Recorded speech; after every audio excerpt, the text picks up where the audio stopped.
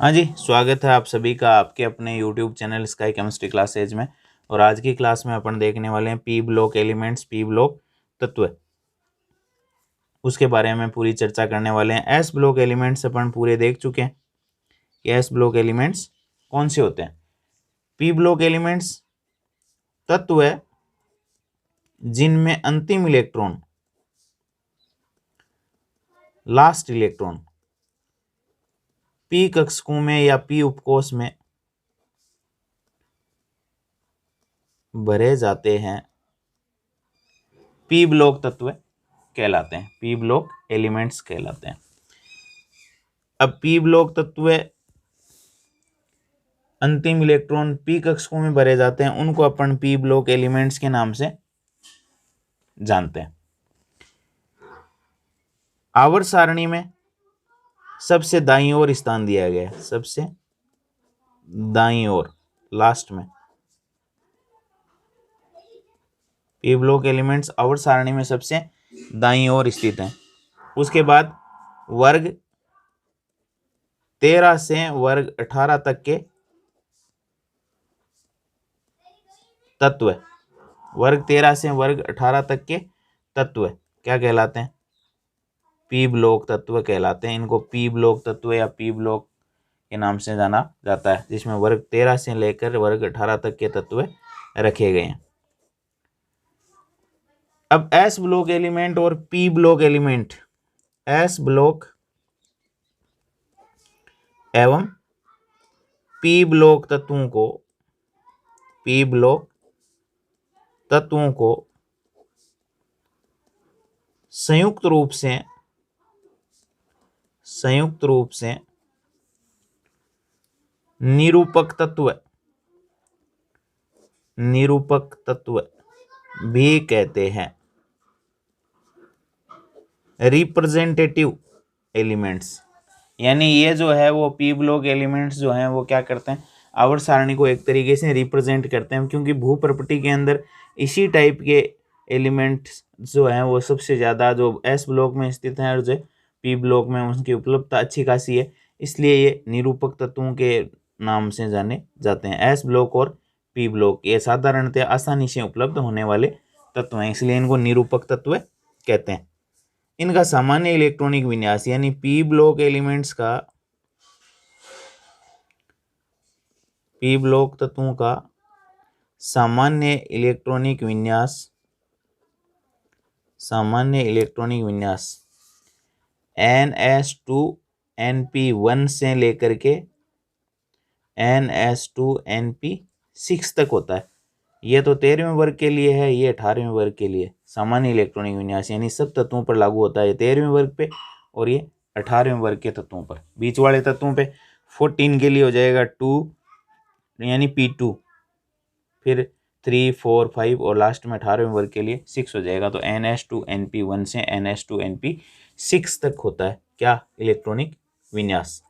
ये इंपॉर्टेंट है, निरूपक तत्वों के नाम से जाने जाते हैं एस ब्लॉक और पी ब्लॉक तत्वों को संयुक्त रूप से। सामान्य इलेक्ट्रॉनिक विन्यास NS2 NP1 से लेकर के NS2 NP6 तक होता है। तो ये तो बात हुई पी ब्लॉक तत्वों की। अब पी ब्लॉक में कौन कौन से तत्वों को रखा गया है तो वो देख लेते हैं। तो वर्ग 13, फिर 14, 15, 16, 17 और ये 18, टोटल 6 वर्गों को इसमें रखा गया है पी ब्लॉक में।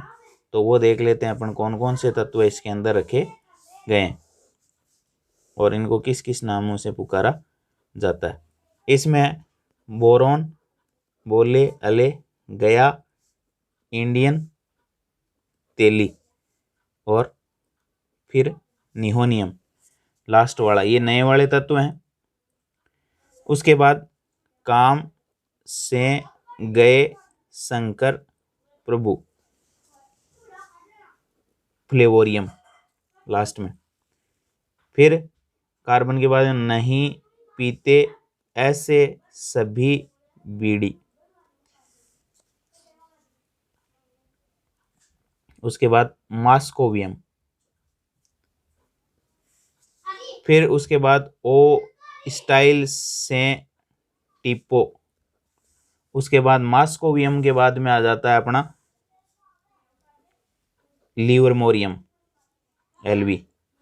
उसके बाद फिर कल बाहर आई आंटी, ये इतना था। अब इसमें टेनिसिने और जुड़ गया Ts, और लास्ट वाला यहाँ ऊपर हीलियम है, हीलियम के बाद neon, argon, krypton, xenon, radon और ओग्नेसोन। 118वां तत्व है ये ओग्नेसोन। इस तरीके से आप याद रख सकते हो।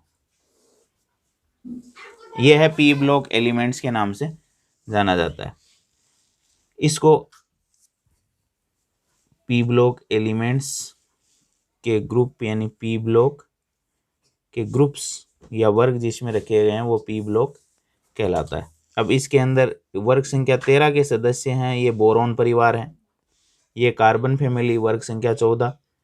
15 में नाइट्रोजन फैमिली, इनको कहते हैं निकोजन्स, निकोजन्स।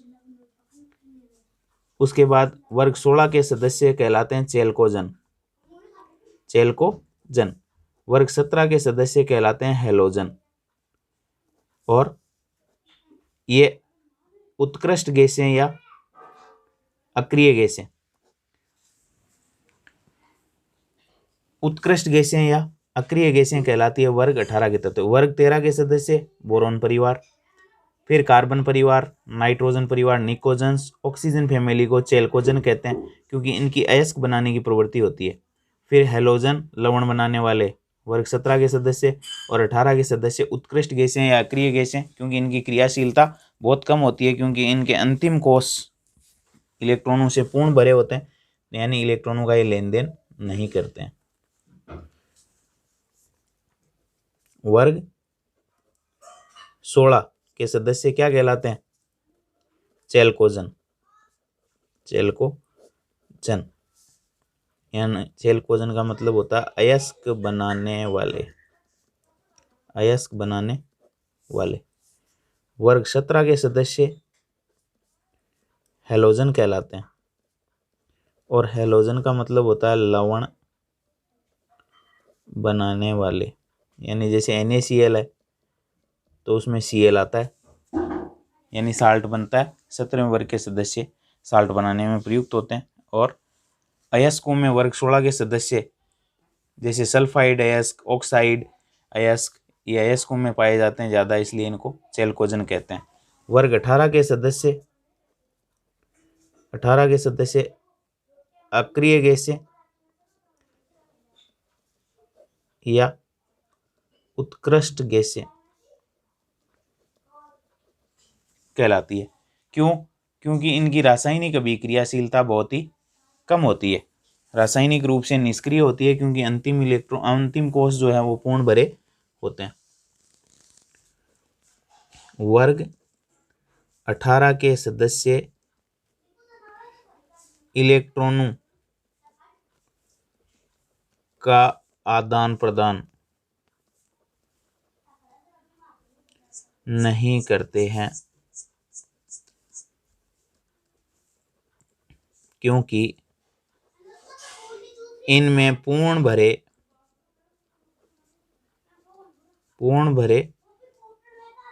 अंतिम कक्षक पाए जाते हैं। इनके अंतिम कक्षक या अंतिम कोष कह सकते हो, वो पूर्ण भरे होते हैं, ये इलेक्ट्रॉनों का आदान प्रदान नहीं करते हैं। अंतिम कक्षक जो होते हैं इनमें खाली रिक्त नहीं होते हैं, इसलिए इलेक्ट्रॉनों का लेन देन नहीं करते हैं वर्ग 18 के सदस्य। अब इसके अंदर वर्ग 18 के सदस्य पी ब्लॉक के अंदर इसमें धातु भी है, अधातु भी है और उपधातु भी है। तीनों प्रकार के तत्व इसके अंदर पाए जाते हैं। धातु भी है, अधातु भी है और उपधातु भी है, जिनको एक टेढ़ी मेढ़ी रेखा द्वारा अपन पृथक करते हैं। सिलिकन, आर्सेनिक, एंटीमनी, टेल्यूरियम, ये तत्व जो हैं वो क्या हैं? उपधातु है। इसके जो टेढ़ी मेढ़ी रेखा अपन ने खींची है, इसके नीचे की तरफ जो है वो सामान्यतया धातुएं ऊपर की तरफ अधातुएं और स्टेडी मेडी रेखा के ऊपर और नीचे जो है वो क्या है, उपधातुएं। और उपधातुएं दोनों प्रकार के गुणधर्म रखती है, यानी धातु के भी और अधातु के भी दोनों प्रकार के गुणधर्म दर्शाती है उनको। तो इस टेढ़ी मेढ़ी रेखा के ऊपर और नीचे जो है वो कुछ आसपास वाली जो है वो उपधातुएं यानी धातु के गुणधर्म भी उनमें पाए जाते हैं और अधातु के भी गुणधर्म पाए जाते हैं। ऊपर वाली अधातुएं सामान्यतया नीचे वाली धातुएं और रेखा के ऊपर और नीचे यानी इस जस्ट पास में वो क्या है, उपधातुएं। जैसे silicon, arsenic, germanium, arsenic, antimony, tellurium, ये सब क्या है, ये उपधातुएं हैं यानी धातु और अधातु दोनों के गुणधर्म इनमें पाए जाते हैं। इसके इधर वाली अधातुएं, इसके इधर वाली धातुएं, और रेखा के ऊपर वाली क्या है, दोनों प्रकार के गुणधर्म रखने वाली है। तो ये तो बात हुई पी ब्लॉक तत्वों में किस प्रकार के तत्व पाए जाते हैं और उनको अपन किस किस नाम से पुकारते हैं। अब वर्ग में अप टू डाउन, ये वर्ग संख्या 13 है। अप टू डाउन नीचे की तरफ चलते हैं तो धात्विक गुणधर्म बढ़ता है, धात्विक गुणधर्म बढ़ता है।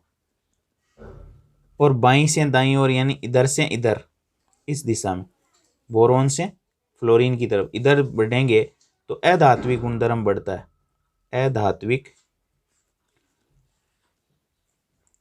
गुणधर्म बढ़ता है, अधात्विक गुणधर्म बढ़ता है। तो ये है अपना पी ब्लॉक और पी ब्लॉक तत्व। अब देखो अपन नेक्स्ट बात करने वाले हैं डी ब्लॉक एलिमेंट्स की, डी ब्लॉक तत्वों की, और ये कहलाते हैं संक्रमण तत्व, ट्रांजिशन एलिमेंट्स। अब इनको संक्रमण तत्व अपन क्यों कहते हैं, तो डी ब्लॉक तत्वों को संक्रमण तत्व इसलिए कहा जाता है कि ये एक तो एस और पी ब्लॉक एलिमेंट्स के मध्य सेतु का कार्य करते हैं। एस एवं पी ब्लॉक तत्वों के मध्य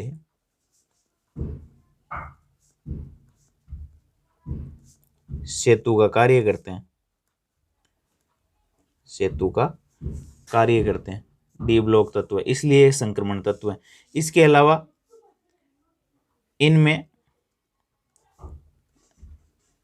रिक्त या अपूर्ण डी कक्षक पाए जाते हैं, रिक्त या फिर अपूर्ण या अर्धभरे डी कक्षक पाए जाते हैं, इसलिए ये संक्रमण तत्व कहलाते हैं। या अपन सीधा सीधा कह सकते हैं अपूर्ण डी कक्षक पाए जाते हैं, इसलिए ये संक्रमण तत्व कहलाते हैं। अब आवर्त सारणी के बीच में इन्हें स्थान दिया गया है, एस और पी ब्लॉक के मध्य। वर्ग संख्या 2 के बाद में 3 से लेकर के वर्ग 12 तक के तत्व, यानी ऊर्ध्वाधर स्तंभ 3 से लेकर के 12 तक के तत्व जो हैं वो क्या कहलाते हैं, डी ब्लॉक एलिमेंट्स के नाम से जाने जाते हैं। वर्ग संख्या 3 से वर्ग 12 तक के सदस्य। अब इनको डी ब्लॉक एलिमेंट्स कहते हैं, क्यों, क्योंकि अंतिम इलेक्ट्रॉन डी कक्षकों में या डी उपकोष में भरे जाते हैं, इसलिए ये डी ब्लॉक एलिमेंट्स कहलाते हैं। अब डी ब्लॉक एलिमेंट्स से इनका सामान्य इलेक्ट्रॉनिक विन्यास क्या होता है, सामान्य इलेक्ट्रॉनिक विन्यास। तो डी ब्लॉक तत्वों का सामान्य इलेक्ट्रॉनिक विन्यास होता है n-1d। अब डी में 1 से लेकर के 10 तक इलेक्ट्रॉन आ सकते हैं, ns 0 से 2 तक इलेक्ट्रॉन हो सकते हैं। n-1 डी 1 से लेकर के डी में 10 तक आ सकते हैं, तो 1 से लेकर के 10 तक इलेक्ट्रॉन। और ns s में 0 से लेकर के 2 तक इलेक्ट्रॉन हो सकते हैं, 0 भी हो सकता है, 1 भी हो सकता है और 2 भी हो सकते हैं। और n-1 का मतलब है यदि यहाँ 4 हैं तो ये 4 - 1 3 हो जाएगा, यानी 3d और फिर 4s, इस तरीके से। यानी ये क्वांटम संख्या एक ज़्यादा होगी, ये एक कम होगी, 3d के बाद में 4s। तो ये सामान्य इलेक्ट्रॉनिक विन्यास हो जाएगा डी ब्लॉक तत्वों का। अब डी ब्लॉक के सभी तत्व, ये सभी तत्व धातुएं, मेटल साइंस के अंदर सभी तत्व धातुएं हैं और ये रंगीन कोमा परिवर्तनशील संयोजकता,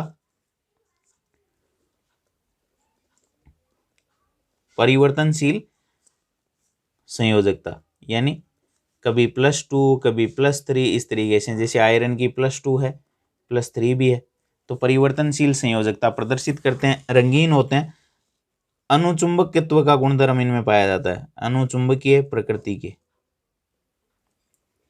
अनुचुंबकीय प्रकृति के, और उत्प्रेरक के रूप में प्रयुक्त होते हैं, उत्प्रेरक के रूप में काम में लिए जाते हैं।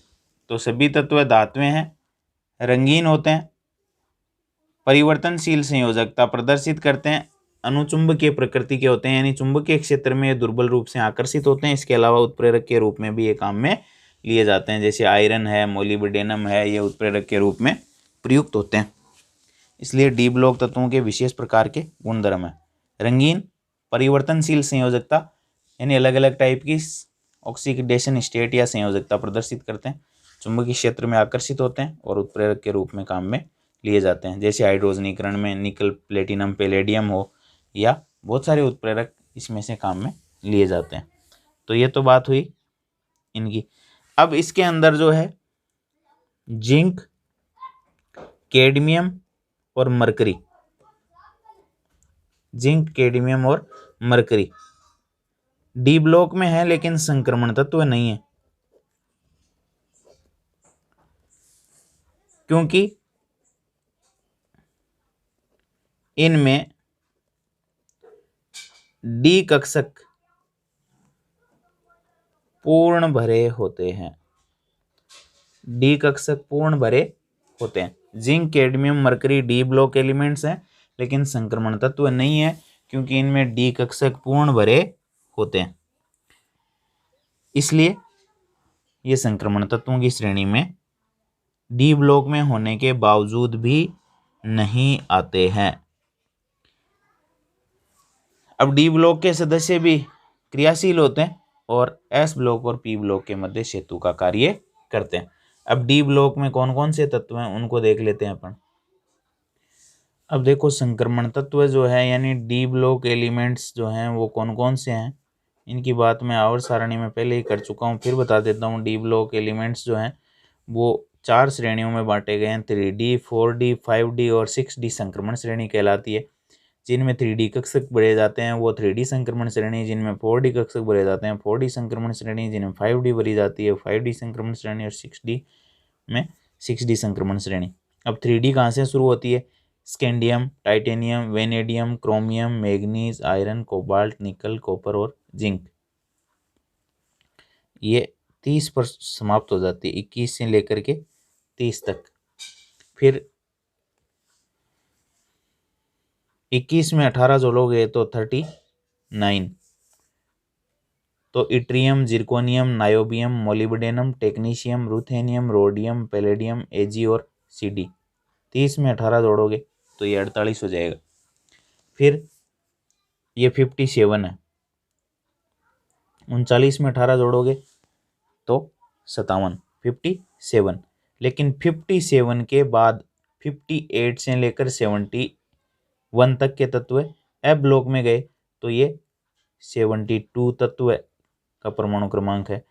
72 परमाणु क्रमांक वाला तत्व hafnium, tantalum, tungsten, rhenium, osmium, iridium, platinum, A U H, G तक हो जाता है 78। तो ये हो जाएगा 72 से 73, 74, 75, 76, 77, 78, 9 और ये 80।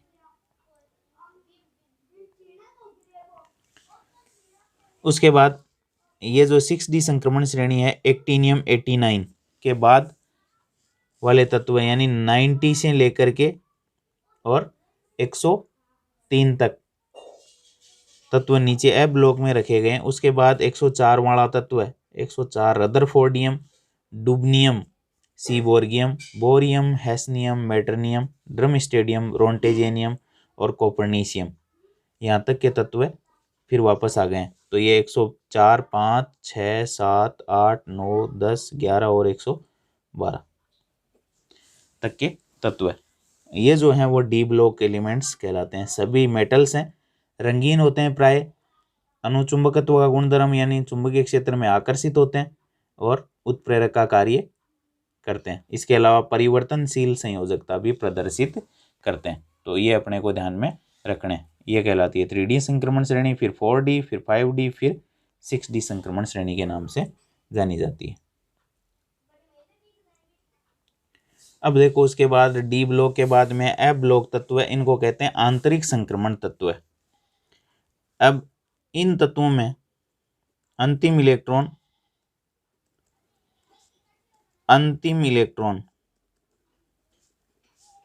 एफ कक्षकों में भरे जाते हैं, एफ कक्षकों में भरे जाते हैं और ये एफ कक्षक अंदर की तरफ स्थित होते हैं, इसलिए इनको आंतरिक संक्रमण तत्व कहते हैं। यानी अंदर के यानी 4F, 5D और फिर 6S कक्षक भरे जाते हैं, यानी अंदर के F कक्षक भरे जाते हैं, या 5F, 6D और 7S।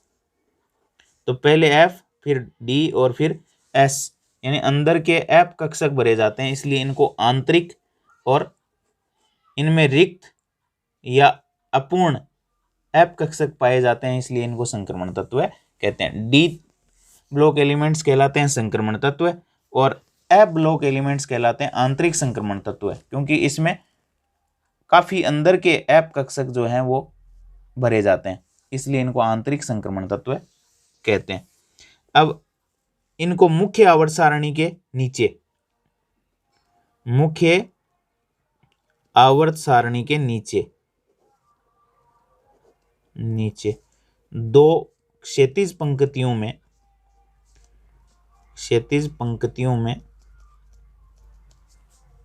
स्थान दिया गया है। पहली जो क्षैतिज पंक्ति है वो लेंथेनाइड्स कहलाती है, वो सीरियम 58 से ल्यूटेशियम 71 तक, ये 14 तत्व है, लेंथेनाइड्स कहलाते हैं।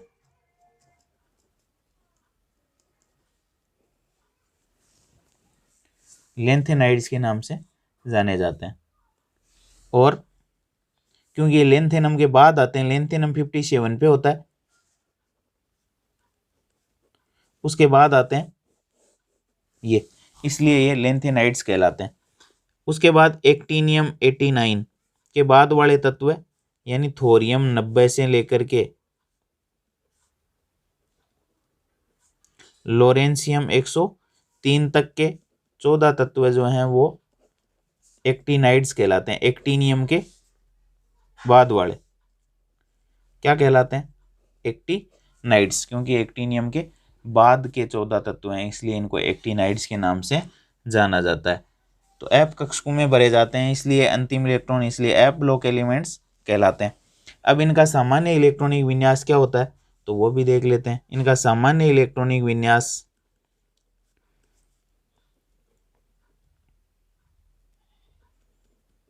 वो होता है N-2 F 1 से 14 तक, फिर N-1 D 0 से 2 तक, फिर NS2। ये होता है इलेक्ट्रॉनिक विन्यास। यानी ये जो संख्या है उससे ये 1 कम होगी, ये इससे 2 कम होगी, यानी यह जो है वो 6 है। जैसे 6s2 है तो ये हो जाएगी 5D 0 से 2, और ये हो जाएगा n कितना 6 लिया तो n-1 5 हो जाएगा, n-2 4 हो जाएगा, यानी 6 6 - 2 4 4f 1 से 14 5d और 6s। ये तो हो जाएगा लेंथेनाइड्स के लिए। और एक्टिनाइड्स के लिए क्या हो जाएगा 5f 1 से 14 5d 0 से 2 और 6s, तो ये हो ही गया 5f 6d और 7s 2। इस तरीके से हो जाएगा 5f 1 से 14 6d 0 से 2 और 7s 2। ये हो जाएगा किसके लिए एक्टिनाइड्स के लिए। और ये किसके लिए हो जाएगा लेंथेनाइड्स के लिए। ये हो जाएगा कॉमन n-2 f 1 से 14 n-1 d 0 से 2 और ns 2। ये इलेक्ट्रॉनिक विन्यास हो जाएगा। अब लेंथेनाइडों का तो अध्ययन हो पाया है, लेकिन एक्टिनाइड्स का उतना अध्ययन नहीं हो पाया है। अधिकांश तत्व रेडियो एक्टिव हैं। अधिकांश एक्टिनाइड रेडियो एक्टिव श्रेणी के तत्व होते हैं और इनका ज्यादा अध्ययन नहीं हो पाया है। लेकिन यूरेनियम के बाद वाले तत्व, यूरेनियम 92 के बाद वाले तत्व परा यूरेनियम, परा यूरेनियम तत्व कहलाते हैं। यूरेनियम के बाद वाले तत्वों को ट्रांस यूरेनियम या परा यूरेनियम के नाम से जाना जाता है। तो ये तो बात हुई लेंथेनाइड्स और एक्टिनाइड्स की। अब वो कौन कौन से तत्व हैं उसकी भी बात कर लेते हैं। अब देखो अपने आंतरिक संक्रमण तत्व कौन से हैं, तो ये ए ब्लॉक एलिमेंट्स हैं, ए ब्लॉक तत्व। इनको आंतरिक संक्रमण तत्व कहते हैं। क्यों? क्योंकि इनमें अपूर्ण ऐप कक्षक पाए जाते हैं और ये अंदर के ऐप कक्षक इसमें भरे जाते हैं, इसलिए आंतरिक संक्रमण तत्वों के नाम से ये जाने जाते हैं। इनको 4f आंतरिक संक्रमण श्रेणी कहते हैं और इनको 5f आंतरिक संक्रमण श्रेणी कहते हैं। यानी इनमें 4f आंतरिक कक्षक भरे जाते हैं और इनमें 5f आंतरिक कक्षक भरे जाते हैं, इसलिए 4f आंतरिक संक्रमण श्रेणी, 5f आंतरिक संक्रमण श्रेणी। ये लेंथेनाइड्स हैं और ये एक्टिनाइड्स के नाम से जाने जाते हैं। अब लेंथेनाइड में कौन से हैं, तो लेंथेनम के बाद वाले तत्व है सीरियम 58 से, cerium, praseodymium, neodymium, promethium, samarium, europium, gadolinium, terbium, dysprosium, holmium, erbium, thulium, ytterbium और ल्यूटेशियम तक के तत्व हैं। फिर उसके बाद वाले एक्टिनाइड्स, एक्टिनियम 89 के बाद में 90 से शुरू होता है, thorium, protactinium, uranium, neptunium, plutonium, americium, curium, berkelium, californium, einsteinium, fermium, mendelevium, nobelium और लोरेंसियम 103 तक के तत्व क्या कहलाते हैं, ये एक्टिनाइड्स कहलाते हैं। और इनमें इसके अंदर भरी जाती है 5f 6d और 7s कक्षकों को, और इसमें भरा जाता है 4f 5d और 6s कक्षकों को।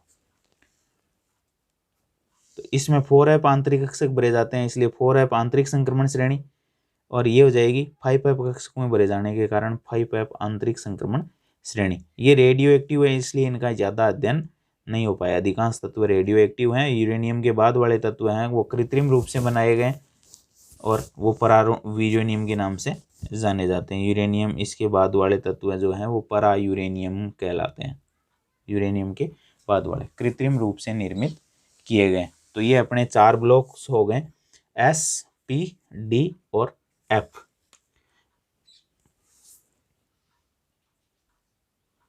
अब देखो नेक्स्ट वर्गीकरण SPDF ब्लॉक के बाद में धातु, अधातु और उपधातु में किया गया है। आवर्त सारणी के जो SPDF ब्लॉक्स में अपन ने वर्गीकरण कर लिया कि एक S ब्लॉक, फिर P ब्लॉक, फिर D और F ब्लॉक। उसके बाद जो है तत्वों को धातु, अधातु और उपधातु में भी बांटा गया है। अब जितने भी ज्ञात तत्व हैं उनमें 78% के लगभग धातु हैं।